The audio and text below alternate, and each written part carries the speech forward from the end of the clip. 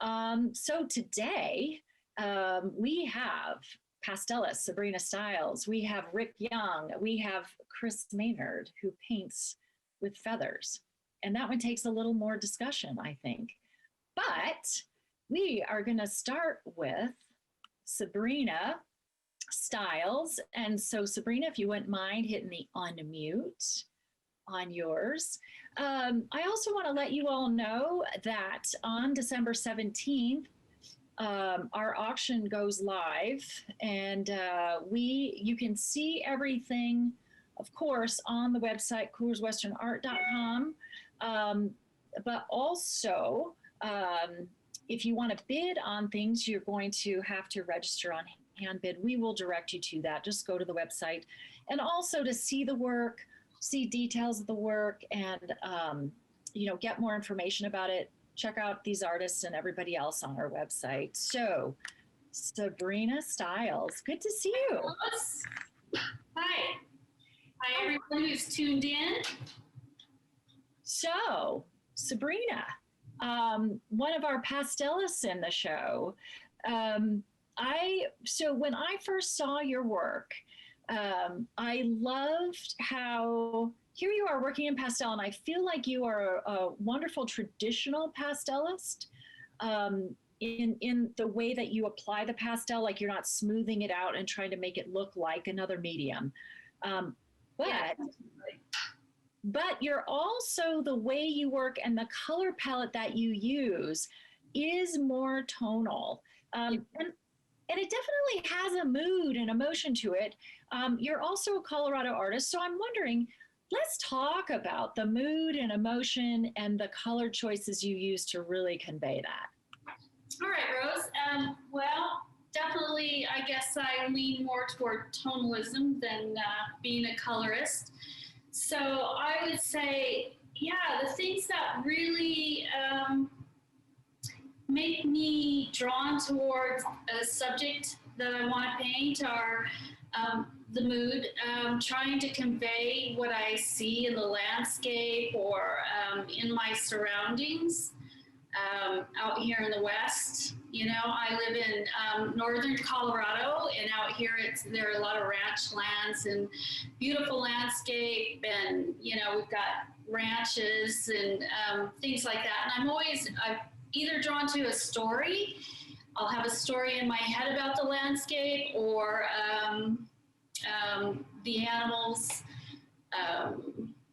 just the surroundings, the wide open spaces. Yeah, so let's talk about the stories, because I think that's always something that's captivated me about your work, is that especially when you paint like a building, there's this sense of, when you get up in the morning and the bed is still warm, it's like somebody was just there. And the buildings have this sense of being alive and breathing in the landscape. And I wonder if you would talk about the stories behind your work, and let's dive in and talk about the stories behind some of the pieces we have. So yeah, this is the first year I think where I haven't had any buildings, and I'm not sure why that didn't happen for me this year. And I was sort of, just with all the chaos and craziness, really drawn toward more serene settings, I suppose. So the one that has a little story in my head is the cat painting. It's called Till You Come Home Again. So this little guy I was painting in outside of Boulder, off a trail. There's an old farmhouse, and this woman invited a group of my friends and myself to paint on site. And so this is an old farmhouse, and I don't know, something about this cat, and it was walking up the sidewalk. And so this Till You Come Home Again, I kept getting this song in my head. I don't know if you've heard it. It's by the old 97s, I think it's called, the group. Anyway, it's called Murder or Heart Attack, which has nothing to do with this story. Story about this cat that gets out through a screen window, and so he's leaving the door open until the cat comes home again. And for some reason, this song kept playing in my head the whole time, I was painting this, and while I was actually looking at the photograph, of course, with a cat, it's not going to be a plein air piece because, they're moving. But so I do some painting on site. I did have painted here a few times, and just this one has a little story to it. That song that kept playing in my head, and for some reason I was drawn to paint this piece. It had some technical difficulties for me. I mean, it was a little bit of a challenge to get it to work, but in the end, I love it. Hey, let's look at, I'm really curious about, there's the cows in the pasture. Let's take a look at this piece. I think this one that is next to you, to your right. If you would just move the camera. Yeah. And thanks so much to your sweet hubby for being here to do this for you. It's amateur hour, Rose. He's good. Anyway, this piece is probably somewhere near my home. I can't remember exactly where I was when I took this photo because I take so many cow paintings. I don't know what it is about cows. I think they just are sort of, I don't know, they make me smile. Charming, and I don't know, I like cows. Anyway, and what I loved about this scene, and there were a lot of cows in here, some in front of these cows, so I had to do a lot of research to get them, to look like they should look, because I had to do a lot of cropping and editing cows out. It was a field of cows, but I like this configuration of the 3 cows. These cows were there, and just did some limiting, but I also loved this tree in the background. It's sort of poetic to me, just the way it is shaped, I suppose, and the way the leaves fall down here toward the cows. So that's an interesting thing, that poetic, and I like that because I think a lot of art are essentially visual poems, and I'm wondering, can we look at the other big one that you have in the show that's on your other side here? In this one, okay, so anything with birds in it, I don't know why, I'm just so fond of how birds move, especially through our landscape. And I wonder if you would talk about this piece, because it also has that sense of, in this one in particular, has that sense of that you're almost a voyeur in this scene with the birds, that they're just doing their thing, and there's these old falling down almost poles that someone was here but they haven't been in a long time. But talk about this inspiration behind this piece.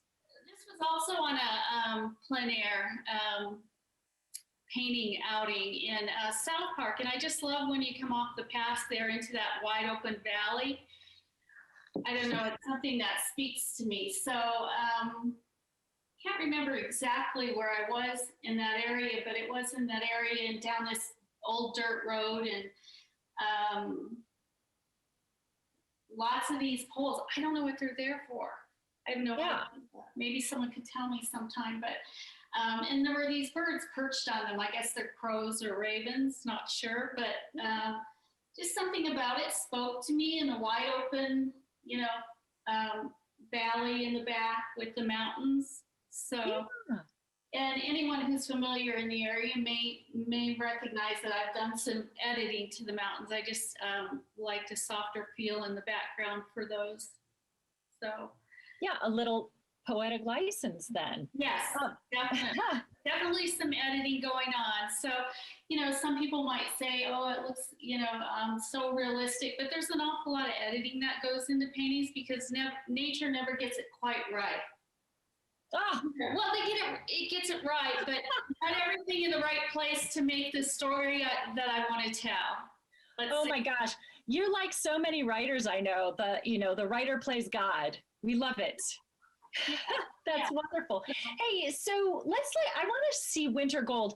And I also want to tell people who are listening to definitely go to the website, because everybody's Zoom cameras are all different, and there's so much more color and detail and Yeah. vibrancy to the paintings, and especially with Sabrina's, even though you have museum glass or non-glare glass, Yeah. it's still different in person than, seeing them kind of. Yeah, so one of the fun things I think is all the different shades of blue and green and the colors in the snow. It's really pretty lively and dynamic, the colors. And so this piece, I was at a friend's cabin in the mountains, and you know how we get in the late evening, early morning, and you have these deep shadows, and then that sun comes through, and it's almost blinding where the sun is hitting the snow. So I was trying to capture that, and it was a lot of willows, and so a lot of golds in here, and even the edges of the trees, and I don't know if that's going to pick up in here, but it's just absolutely, they glow. So yeah, it is. It's one of those days that I think this is why, people who love winter are so hardy, because you see that and you immediately just pop on your boots and your snowshoes and you hit the trail, and, exactly. the point of frostbite, but you just have to go out there and see it. You really capture it so beautifully in that painting. Thank you. Hey, can we look at the painting September? So this one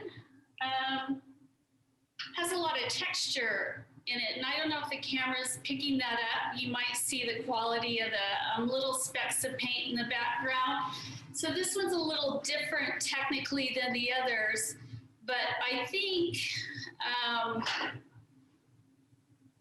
it shows the mood of the day, in that this is September when the trees are just starting to change color. And I love that the green starts to fade a bit and it's not so bright. Yeah.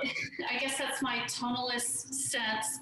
Yeah. But, one of the beautiful things in Colorado is, the grasses turn golden, the trees.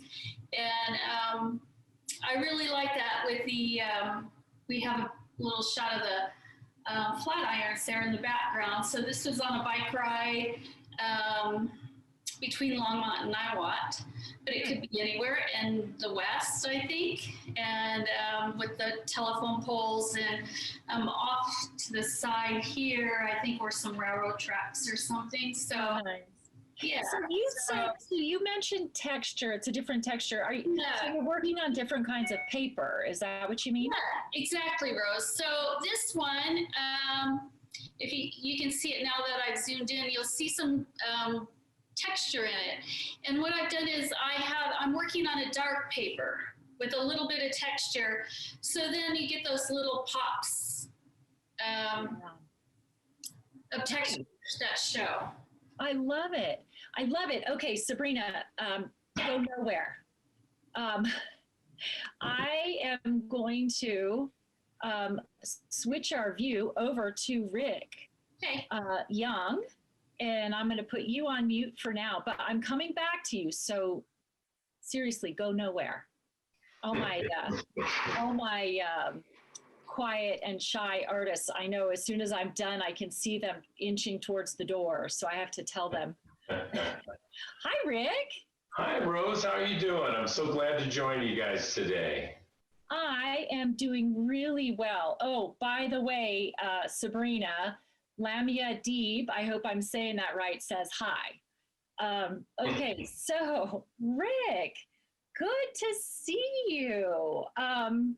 So you are a colorist, and I'm just going to go ahead and say it. What I fell in love with when I started looking at your work is that, I'm just going to call you a fauvist.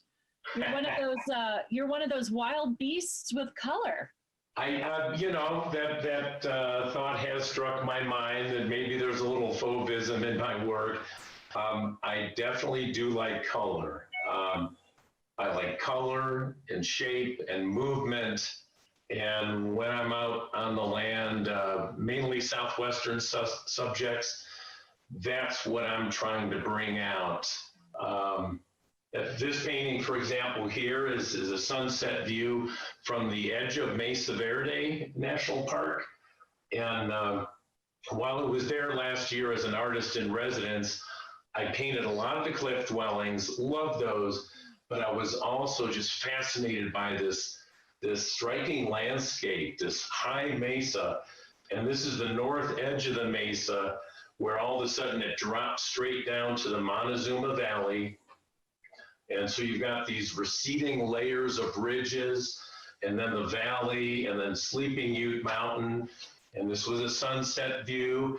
And truth be told, it was not quite as colorful as this, as I painted it, but that's how I saw it and how I felt about it. And that's what I'm looking for. So I love that, because having spent some time, of course, like a lot of people I know who are listening in, poking around Mesa Verde, it is nowhere near as colorful as that.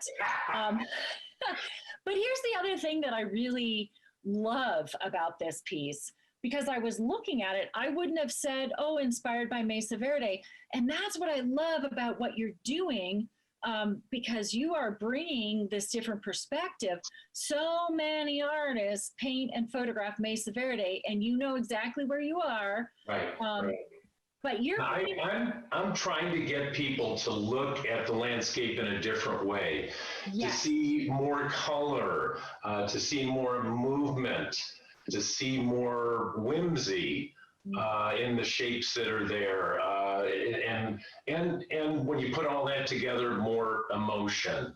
It's often when I take my wife to places I painted, and she says, "This is it." I like it a lot better in your painting than it is in reality, but there's artistic license for you. Isn't that the great thing that artists do for us? They, first of all, you help us see all this different color and different little aspects of something that we were trudging right over. But also, you bring this conversation to it that is completely different. Like, you take the inspiration of it and then you make it your own creation. Right. That's the wonderful thing about art. No two artists are going to paint a scene like this the same way, and thank goodness for that. Yeah, exactly right. So, and I really want to tell people listening, go to the Coors Show website, because Rick's camera, it's a little bit older, and his colors pop. They are just so exciting. I apologize for my poor old ancient technology. Please, when this session is done, go check these out on the website, and then hopefully you'll start to see what we're talking about here in terms of the color. Absolutely. Hey, I would love to see Morning Above the Gorge too. And is this one out in the Taos area? Is this where this was inspired? Yeah. Okay. Yeah, this is the Rio Grande Gorge, just north and a little bit west of Taos, hiking along the West Rim Trail. And again, I apologize for don't have a good image for you here, but the gorge is just so stark. You're walking along this flat, seemingly endless mesa top, and all of a sudden, everything plunges downward to the Rio Grande. And this is morning, and I'm fascinated by the shadows in the canyon, in the gorge, and how the light slowly starts eating away at those shadows and then filling the gorge. And then you have some of the distant foothills of the Sangre de Cristos in back. But just the ever-changing play of light in the gorge and how it changes the colors is really fun for an artist to play with. And you know what I'm loving when so I have two computers going at the same time, of course, and my phone. And right. I am such a Luddite. I can't believe what COVID has done. I've just I start my day with so much technology fired up. But so I am looking at the image on our Coors Western Art website. And okay, I absolutely love, so you've got this bright light hitting the wall of the gorge. Right. And then that orange is just touching little tips of things, but down in the water is like, it's streaming across the water, that orange reflecting in it. And it, right. me, it's like this wonderful promise that the Yeah, day has come. it's wonderful to look at the river while it's still in shadow, but it's already picking up the light on the side of the canyon and reflecting it and shimmering. And yeah, as you say, it's a promise of more light to come, which will eventually fill the entire gorge, at the middle part of the day. It's just wonderful. It just like your work is just so joyous. And I think that's been a real theme for me this year with COVID and, and I think artists are really responding in such a wonderful way. Like, I'm going to bring more positivity to this. And I feel that in your work. Hey, could we also look at, so you've got Adobe Chapel and there's another one with. The Stories in Stone? Yeah. Okay. This is the remnant of an old, I don't know if it was a homestead. It would have been a Hispanic settlement near Las Vegas, New Mexico. And I'd driven close to this place many a time on I-25 and could see this little white church off, a mile or so off the highway. Finally went to check it out. And the church I wasn't that interested in, but then I found these structures in, what would have been the neighboring community. And the stonework is still largely intact. The roof, not so much, and who knows when this place was abandoned. But it just was so striking to me, and it got me to thinking, well, who lived here, and what was their story? What happened in this community and in this home? And then I kind of combined that with when I noticed these wispy cirrus clouds in the sky, and it was almost as if in a sense, the old house is talking and giving us a hint of the stories that it contains. It just made me think about, what all would have happened in that house all the years that it was inhabited. Wow. And you're getting those just when you can really see the work in person or see it, on the website, you're getting these just lovely Van Gogh kind of brush strokes in there. It's like you're painting with to me, you paint with such confidence that you put the stroke down and you just let it speak to the one next to it. Right. I use these directional brush strokes because, again, that's a way I can kind of communicate the movement that I see in the scene, whether it's the individual little wisps of the cirrus clouds or whether it's the vegetation, the trees, the rabbit brush, the shamisa outside the house, the individual stones, the roof line. I do use these directional strokes to kind of bring, besides color and shape and value, it allows me to bring another tool to kind of communicate what a scene felt like to me when I was there. Wow. Yeah, it's really effective. And it just seems to work so well for me. I mean, really, you're handling a lot of vibrant color, and I can't express enough how incredibly difficult it is to. Yeah, because I think it is kind of a dangerous thing to play with. It could kind of blow up on you, but I'm sure going to try. I just love playing with color and shape and movement and seeing what I can come up with when I put them all together. Could we look at that Adobe church? Sure. This is a small chapel along the high road between Taos and Santa Fe, a little bit closer to Santa Fe. And you can see it right from the highway there, the high road, and often painted. And the front side of the church or the chapel is really not very interesting, but the back side of it, especially if you can catch it in autumn when the rabbit brush or shamisa is in bloom, there's usually some of it right behind here. It just makes a really striking image. And then just these farm fields and then the forest of the foothills behind it.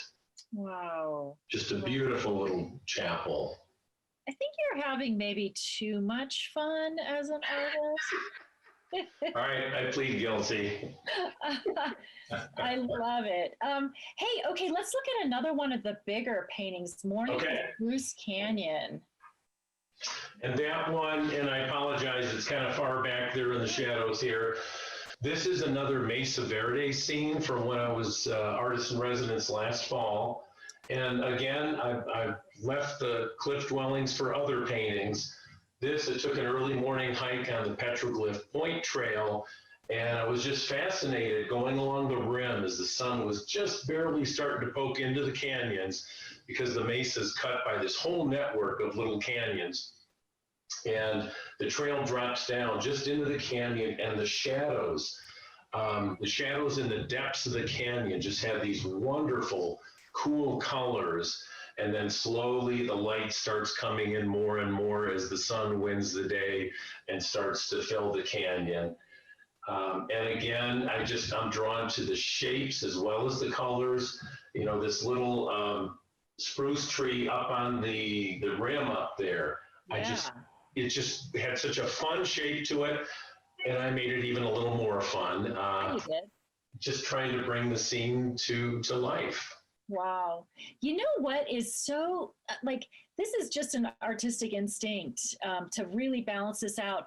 But the tree branches that are coming in from the left side on that painting, it is that thing. And when you're out on that Mesa Trail out there too, like, you are really in the thick of stuff. But just to have that branch come in like that, it just feels like you're kind of warm and captured and inside of this magical forest, really, in a way. Yeah, it really is. With, you know, here we're in a pretty darn dry place, but this canyon has all these, it's a wet canyon, at least part of the year. It's got all these spruce trees and Doug fir, that's a Douglas fir branch coming into the foreground from the left. What did they think of you as the artist in residence there? I've known a bunch of artists who've done that and they absolutely love it. But here you are. Were they just scratching their heads? Did they love it? Well, you know, sadly, most of these paintings were done after I was there. I was gathering material, taking a lot of photos to work from. I did one demo there that was of a ruin, and people really enjoyed that. It was so much fun to talk to people as they came up and looked as I was working. But yeah, most of my work came afterwards, and I haven't even been able to send them my finished painting for donation because they're kind of off kilter with COVID restrictions right now. I've still got that painting. I don't know what they're going to think of it. Yeah, right. Well, and that's how they do that residency, isn't it? You get to stay on site. You get a cabin. Yeah. I lived in a stone hogan that was built by the CCC back in the 1930s, and I was there for 2 weeks and got the full run of the park, and it was just delightful. Wow. Wonderful artistic experience. Wow. Oh, okay. So let's talk about Rio Grande Reverie. This is another big painting. Yeah, one more big one here. Just so much beautiful color. Oh, go to the website. Because I wish you could see. Yeah, please do. I apologize for my lack of color that my camera's picking up here. But this is a scene along the Rio Grande River south of Taos. Hiked up a rocky steep trail and spent several hours up above looking down on the river, just taking a lot of photos, looking at as the shadows changed, as the colors changed, and then looking for different compositions that struck me again with the composition of color, shape, and movement. Wow, it's just stunning. And yes, as Lamia Deep says, this is amazing work. Looks so different on the website. Love it. And also Kathy Deville, beautiful work, Rick. I agree 100%. It's just wonderful. And it's so inspiring. It just makes me happy. That's good. I will leave the moody landscapes to somebody else. I want people to feel good and feel calm and feel happy when they're looking at my work. Lord knows we could use that right now. Yeah, exactly. All right, Rick, same for you. Go nowhere. go to Okay. and we are going to come back to you. Chris?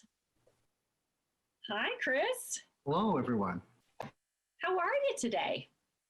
I'm great. I'm in Washington State, not down in the Southwest, which I do have some deep family roots to, but I won't go into that. They're interesting, though. I carve feathers into intricate art.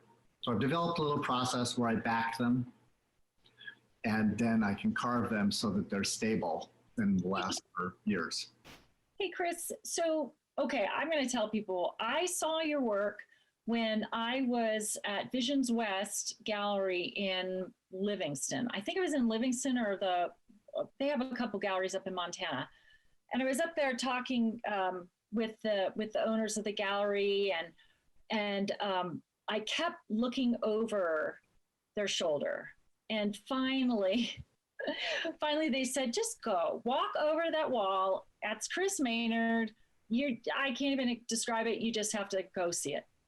And I saw these paintings, as I'm calling them paintings, with feathers, where, and how I always describe it is you use this feather and you carve it, but then nothing goes to waste in it. I feel like you're using the positive and the negative space and the parts of this feather to put this whole story together with the work. Can you, Chris, would you talk about, and there is a TED Talk that you did about why feathers. Yes. Could you give us the quick version of that? Sure. So my only medium is feathers, and I do bird themes. That's pretty much it. I don't do landscapes, as opposed to Rick and Sabrina. But a feather, and also unlike Rick and Sabrina, my form and my color is very limited because I can only use the shape of the feathers to kind of define the design of the work, which is kind of a blessing because limits can foster creativity. But I take these feathers and I do bird themes. Just tell me if I'm getting too far off. No, I'm just wondering, when you did the TED Talk, you were talking about your childhood and something struck you about the feathers and the birds. And I wonder if you would would you just step back and just talk about that? Why this is something that has evolved in you? Where did it start? Well, I think for a lot of people, but really for myself, when I was really young, feathers became very important to me. And when I can trace it to a time when I was just lying in the forest and watching a feather just fall down to me, kind of out of the infinite, right into my hand. Mm. And they have these meanings for me. And this is what I try to convey to people and all around the world, really, because feathers are really symbols of what we want to be able to achieve, but we can't because we can't fly, but we want to fly in our bodies, at least. Yeah. So themes like this piece here of just delight, perhaps, getting out into the world, but also flight. Chris, would you bring that piece right up to the camera, please? That one's called Morning Crow 6. So would you talk about this a little bit? Obviously, it's a crow, and he is crowing. He is just sending his song out to the world. And there are all these little tiny feathers of, like a cornucopia of music coming out of this crow. My mother was a Sumi artist, a professional artist, and she ended up doing Sumi. So this crow that I carved with a scalpel tended to have a little bit of her influence. Mm. And crows, I don't think of them, I think of them as having kind of wild songs, and they're all over the place. So these feathers are all non-directional, all different kinds. There's all different kinds of chickens, but it's also just a crow of just, I'm alive, of delight. Yeah, and would you talk about all the feathers, because these are all ethically sourced, and even though they're exotic, right? Yeah. So feathers. The great thing about feathers is that birds shed them, and they have from 900 to 20,000 feathers on each bird, depending on the kind of bird. So there's a lot of feathers available, but there's also a lot of laws that restrict people from killing birds to be able to sell their feathers. Because 100 years ago, there was pretty much a big boom in the selling and trading of feathers for women's hats. Right. So in the U.S. and actually all over the world, people were going, this isn't working. Let's make some laws so you can't do that. And so now we have laws, and I can't use feathers from North American birds except for a few that you can hunt, like turkeys. Oh. So this turkey, I don't know where this turkey feather came from, but it wasn't one that was shed and then the bird is still alive, which is the case for a lot of my work. It was probably eaten for Thanksgiving dinner or something like that. But then the other ones, most of them were probably shed from birds, and people give me shed feathers from birds all the time. And these birds are usually not from North America. Yeah. So think of but they are living in North America in zoos and aviaries. So think of all the parrots that people have.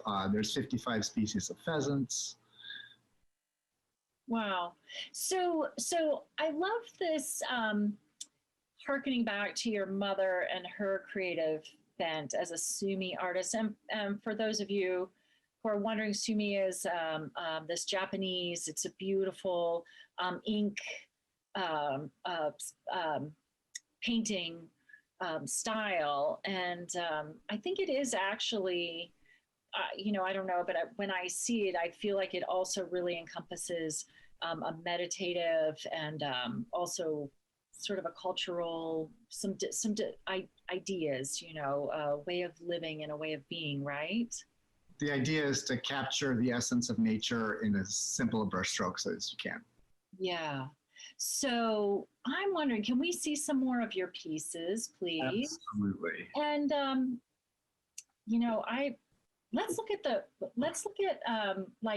dropping in or magpie liftoff. Magpie liftoff. Nice. So these pieces, see the shadows? It's not the best lighting, so go into the photographs on the web on the Coors site to see it better. But each piece is separated from the background by about ½ an inch, which allows it to kind of change depending on the direction and the quality of the lighting. Yes. And then, so 2 feathers, and then this one. So this is what I love about the work. The bottom feather, with that magpie just getting ready to go. And then you see this progression of the wings coming up. And then he's finally, as if the top one, as if he's just freed from constraints. He's just completely taking off. It's beautiful. Which is a theme of freedom, achievement, transformation, which is a theme of feathers.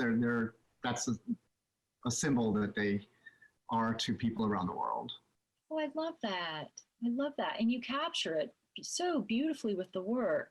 And it is really wonderful. I love that with your work because you can hit it with different lights or not have light on it, but just let the light change throughout the day. And it creates this motion with the work. Exactly what you're doing right there. It's so fantastic. Hey, do you have dropping in handy? Sure. And this year for the show, these are all fairly small pieces and less expensive pieces. Yeah. Oh, wow. So those crows are just really descending on something. Yeah.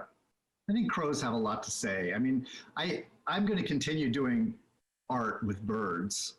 I don't use people in my images, but I think we can suck enough meaning out of these birds and what they do and their movements to be able to tell stories. Tell me what you were thinking of with this one when this came to life for you. So a lot of my, this might sound kind of weird, but a lot of my inspirations come from a movement, like this feeling of kinesthetic movement in my body. And I like to turn on the music and dance in my studio, but just watching these birds, I can almost feel them in my body, just feel their movement. And I hope that translates to my art. You know, like sometimes I make these like series of what a bird might be doing as they're landing. Wow. So, okay, and I'm going to point this out when you put that painting down, that you actually have a dance floor in your studio, because you will just break out into dance, right? I mean, I do. so that is, okay, so that brings up a really good point, is that creating art is very physical, right? I mean, you don't have to be using a chisel and a hammer to mean physical. Like, it's a physical act of creating art, right? Right. And for me, it's very small. I use surgical tools, some which I inherited from my father. And so tiny little scalpels and pin holders and little scissors. So then I'm doing all this little work and I'm kind of like in a knot. So then I just want to get up and I want to move. I want to stretch it out. Oh, I love it. Oh, yeah. My dance floor back here. It's a removable one, but it's really nice. Nice. Well, and you do ballroom dancing too, don't you? Were you telling me? A little whale salsa. Salsa. Yeah. Not these days. I love it. I love it. Okay, wait. Another Star is Born. This one has a lot of color. Beautiful. Oh, wow. What kind of feather is that? This is from a turaco. They're from South Africa. There's from south of the Sahara in Africa, in the forests. And there's a lot of species, and they have this beautiful red color that's actually comes from copper in the soil. And then the fruit that they eat has copper in it. Oh. And this is another example of kind of yearning, which I think feathers represent, our yearnings. But yeah, this one's called Another Star is Born. Oh, that is so magnificent. So it's almost like just the shedding of things and it goes out into the atmosphere or something. I don't know. It's wonderful. Oh, beautiful. I don't use a lot of color in my work. You've seen a couple today, but mostly it's that the feathers have beautiful colors, but they're subdued. They're melon flavored. Melanin is the kind of what's in our skin, as freckles and different skin colors that people have. And that's a lot of the feathers. But once in a while, there's these colored feathers, and I'll use them, but they're kind of rare. Really? Big colored feathers. Small ones on birds aren't so rare, but big ones, pretty rare. So when you get a feather, it's almost like, in a way, with watercolor, if you make a wrong cut, then, you have to kind of start over again, in a sense, right? Or how does that, like, and I know you have a lot of years doing this and a lot of skill and confidence with it, but still, when you're talking about these unique feathers and there aren't as many available, how does that figure in? Well, it's actually, birds have a lot of feathers, so there's a lot available. It seems like the ones I want aren't ever available, the exact perfect feather. Yeah, that's what I mean, the perfect feather. So a lot of it is just the time I take into my process of backing it, making the design for that particular feather. And then when I start cutting, if I may make a mistake, there's a lot that goes down the drain. So I really don't make many mistakes. I do make pieces that I want to change something, change some of the design. And it takes more work than just being able to paint over something and repaint it. Yeah. And so sometimes it's possible, sometimes it's not. Interesting. So do you ever start with a concept and then it just goes south? I do. Yeah. I start, like right now I'm working on one that's a series of bitterns, and bitterns are a bird that lives in the marshes, and they put their head up and they look up, and they're just thin, and they look like a reed, and they're patterned like a reed, and you can't see them. So I'm working on a whole bunch of feathers that some of them will be cut out as birds and some as reeds, and that just may not work. It just might not work, but it's a totally new idea for me. Oh, I love it. Hey, some comments coming in. Love the movement and dropping in. So realistic. And Helen Shreve says on the Coors Art virtual site, the picture is bright red on the one that you're holding. So yeah, definitely check it out. And Gary, you, referring to, I think we were still looking at Rick's work, but the color really pops on the website. Yeah, so I definitely encourage you to do that. Okay, and Chris, so we've got two kind of new pieces for you, and these have in the background snake skin. Yeah, so these are Roadrunner and Ground and Sky Study. This is Ground and Sky Study. So I work with feathers, and everything is light and airy, and I feel like my whole spirit gets a little bit too light and airy. So I did a 3-month show and arts residency in the Desert Museum in Arizona, and I became familiar with snakes there, and they're fascinating. Oh. And birds shed their feathers, but also snakes shed their skins. So this bird might still be alive. This is from a mute swan. So might this rattlesnake. Yeah. I got a bunch of shed rattlesnake skins from the museum. Wow. And now I want to work with a larger skin, like big giant ones. Oh my God. But this piece kind of balances it for me. So it's of earth and sky in a Yes. sense. Yes. Yeah. Oh, wow. And those are swans. That's Those swan. again, so you can see And them. this is one I did. This one's not quite as bright white on the background, so it blends in a little bit, which birds do when they are camouflaged, like perhaps a roadrunner in Arizona. Yeah.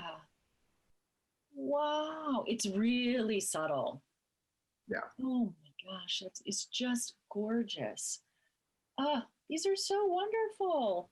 And then another little piece, the last little piece is this one, which is yes. just watching parents need to take breaks. Oh, nice. I have a daughter who's grown now, but I kind of miss my times with her when she's just discovering the world. So the two parent ducks and then the little, and there's a fish in there. Yeah, oh, wow. Lighting right, but it's about as good as I can do. Your work just really, I think for me, what puts your work beyond and really into the realm of fine art is that you're taking what's inside of you and these inner thoughts and these ways that you reflect on the world, which each of you does. Every artist in the Coors show, I think, really does so beautifully. And you put that work out there and you start a conversation. And, it's interesting because like I was thinking about you dancing in your studio and your partner comes in and the two of you will dance. And I think it's this creating art is something that comes from inside of us. And it's always looked at as this quiet or, maybe we're lonely or something, but the reality is there's so many influences that are acting upon the work. And what's incredible is that you all put it out there. I mean, this is you talking to us, I think, and you happen to be talking through feathers, which is just so brilliant, I think, to take that, something that is so loved and we look at. And I mean, I don't know about the rest of you, but if I had a superpower, it would definitely be flying. It would. It looks great. I mean, maybe not running into plate glass windows, but everything else. Okay, so I have one last question for all three of you. And what I'm wondering is if Rick and Sabrina, if you would unmute. My last question is, well, I technically have two, but my last question for each one of you is, how did you get to be doing what you're doing? And I'm wondering if you would touch on your education and that process that took you to here. And Chris, since we're on you, would you please talk about how did you start carving feathers? How did this happen? I have a science background, and I worked in science for years. And when my mother died in the mid 2000s, I just said, what am I doing with my life? And since I had art training through her in a lot of ways, and I'd always been doing some art, but not professionally, I decided to switch. But I was older and figured I needed to focus on one thing and not get spread too far out. And I was like feathers. So I tried making feathers and little dioramas and things, but kind of ran out of ideas that would really convey meanings that I wanted to convey. And once I saw this feather that had these dots from an Argus pheasant, had these little dots that kind of looked like upside down U's. And in my mind, they looked like little birds just trying to get out of that feather. Oh. So my first one was I just carved some little birds in that shape and had them gradually transform into birds. Wow. And that's how it began. How it began. Wow. And now you have work, like you do some really large work that has shown up in public collection zoos. I know you've got one over your shoulder there that is going to a major national collection. I'm not sure if I'm allowed to say yet. Yeah, it's pictured over my head. Yeah. In the shape of the US going to DC to a federal building. Yeah, yeah.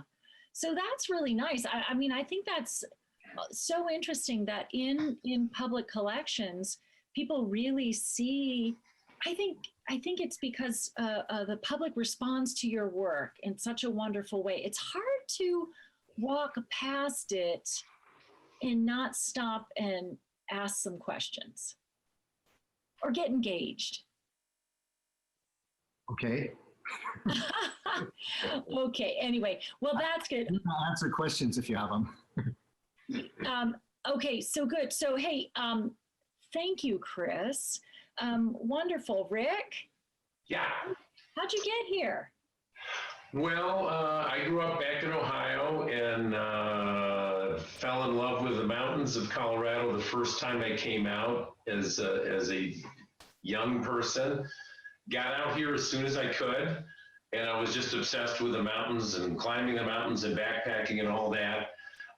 Then after settled into my life, here along the Front Range in Colorado, my wife and I bought some property in southern Colorado and built a cabin there. And that's when I really discovered the Southwest. And that inspired me to pick up a paintbrush for the first time in like 20 years. And I was just so inspired by the landscape of the Southwest, its unique landforms and colors and light and cultures, that just got me painting again. And then I discovered what you could do with color, and I just took off. All right, wait a second. 20 years you weren't painting? What were you doing? Well, I worked briefly as a commercial artist, and then I had a fairly long career as a teacher.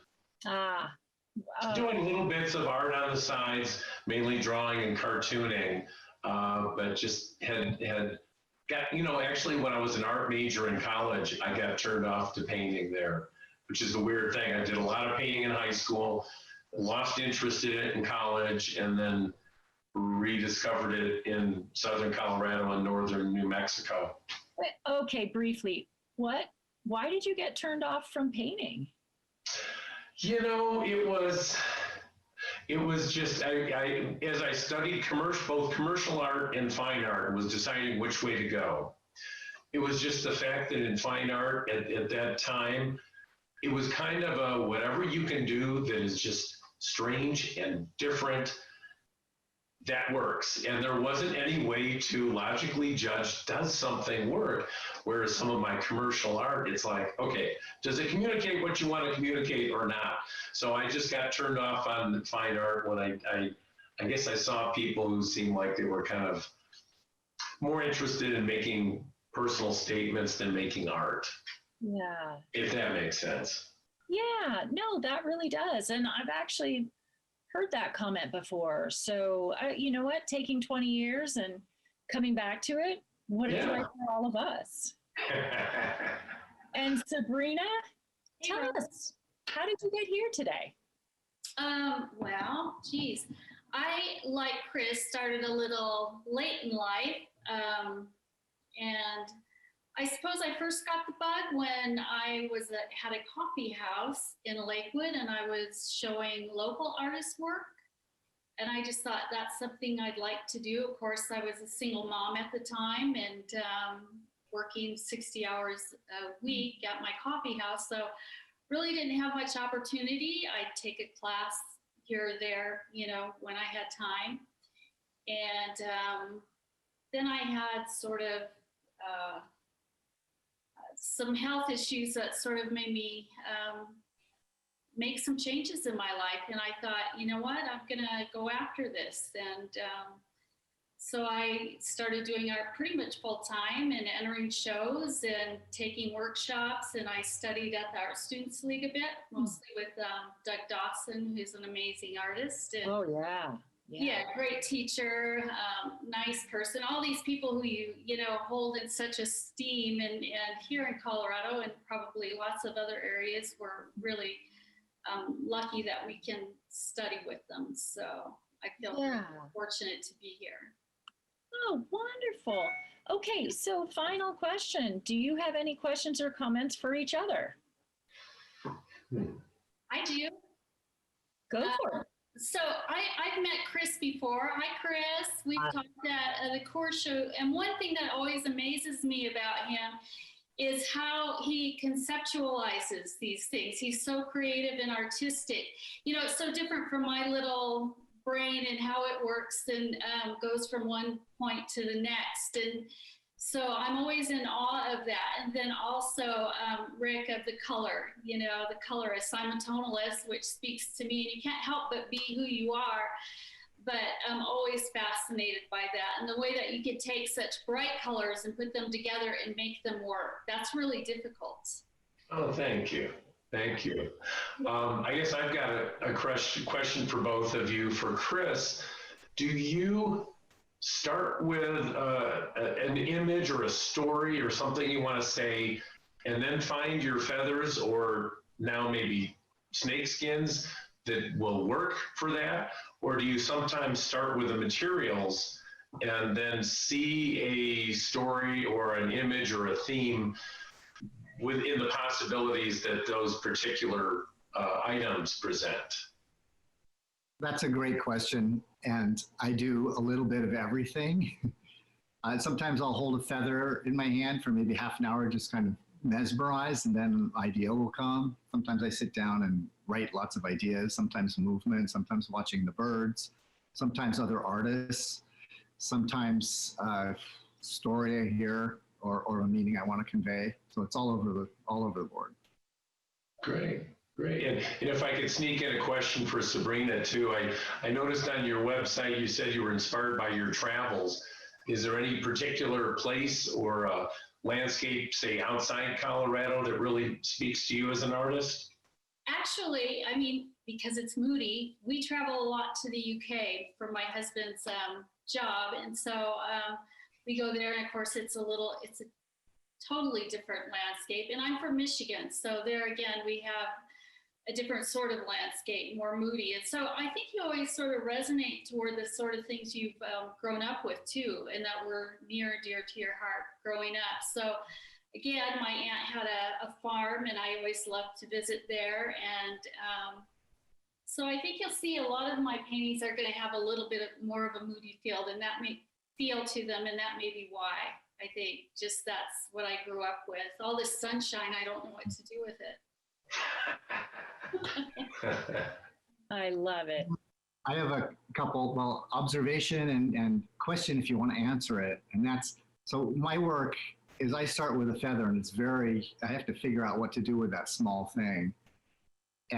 But it's something I have to start with. And starting out with a blank canvas kind of gives me the willies because there's so many ways you can go with it. So, but you at least start with a picture or a picture you have in mind or a landscape. How do you go from there to translating it into what you come up with? Was that for me or for Sabrina? Both of you, yes. Okay, I guess I'll start off. I'm very much inspired by a specific site and the landforms that I see in front of me, and also how it made me feel. And I generally start with a photograph. I'll take a whole lot of photographs, but I'm also remembering in my mind what it looked like and what it made me feel like. And then I get home and, print the photo, do some sketches, and start playing around. But speaking of the blank canvas, first thing I do is I tone the whole canvas red because I do not like a white canvas. And then I start laying colors on top, and that way if I leave an area with no brush strokes, it's got color, it doesn't have white that's just kind of bleaching the life out of the image. That's my quick answer. And so I'm much like Rick. I would say similar process where I have to, first of all, have something that inspires me, and I take hundreds and hundreds of photographs as well as painting on site. And then it has to, somehow have a story or a connection for me or a feel. And sometimes I have an idea for where I want to go with that painting. But usually by the end, the painting's telling me where it wants to go. So, it's a lot of editing and thought that goes into it, and lots of layering, Usually I'll start with an underlayer, and usually it's in pastel wash or watercolor wash, and pastels play well with all mediums. So I start in a lot of different ways and then build, but I usually have an idea of what's going to work for that piece. Wonderful. Thank you all. This is reminding me of I think there was a New Yorker cartoon of an artist approaching a blank canvas, and over the bubble over his head was create, create. And the bubble over the canvas was resist, resist. I want to thank you all so very much, Rick, Chris, Sabrina. This is wonderful. I'm so enjoying these. It's just such a happy part of my week to get to talk to you and to see your studios and the work that you're creating, especially this year since we can't be right in front of everything. When the work comes into the Coors show, it really is always like Christmas. I'm unwrapping things and it just feels like Christmas. And so I don't get that this year, but this is a really different, fun way to do it. So I appreciate you all for being here. I want to let everybody know that these calls are all being recorded, and they will show up on the website. So on our homepage, you can click on to register for a talk. Well, when you go in there, you can see the past talks and it says recording. So you just can click on that and go to the recording of the talk. Also, the auction officially opens online December 17th. So please register. If you go to our site and click on that, it'll take you right to HandBid, which is the software that we're using to put all the work up for sale. And it will be in this silent auction format through January 5th. We have a wonderful, kind of fun little program ready for you on January. We're going to announce the awards. And I will tell you this, I got Louis Sharp, the former director of the Denver Art Museum, to select Best of Show this year. And he's going to phone his choice in for us. Pretty excited about that. So yeah, we've got some really fun things. Western Art and Architecture is doing an award, first time this year. And so, and our advisory committee is doing an award, which includes 3 nights at a working ranch. So that should be fun. So anyway, you want to tune in on January 5th. So I thank you all panelists. And tomorrow is an evening talk with Kwang Ho, Dan Sprick, and Foster Grissom. So maybe we'll see you again tomorrow night. Take care, everybody. Thank you, thank you, thank you. Thanks, Rose. Thank you guys. It was a lot of fun.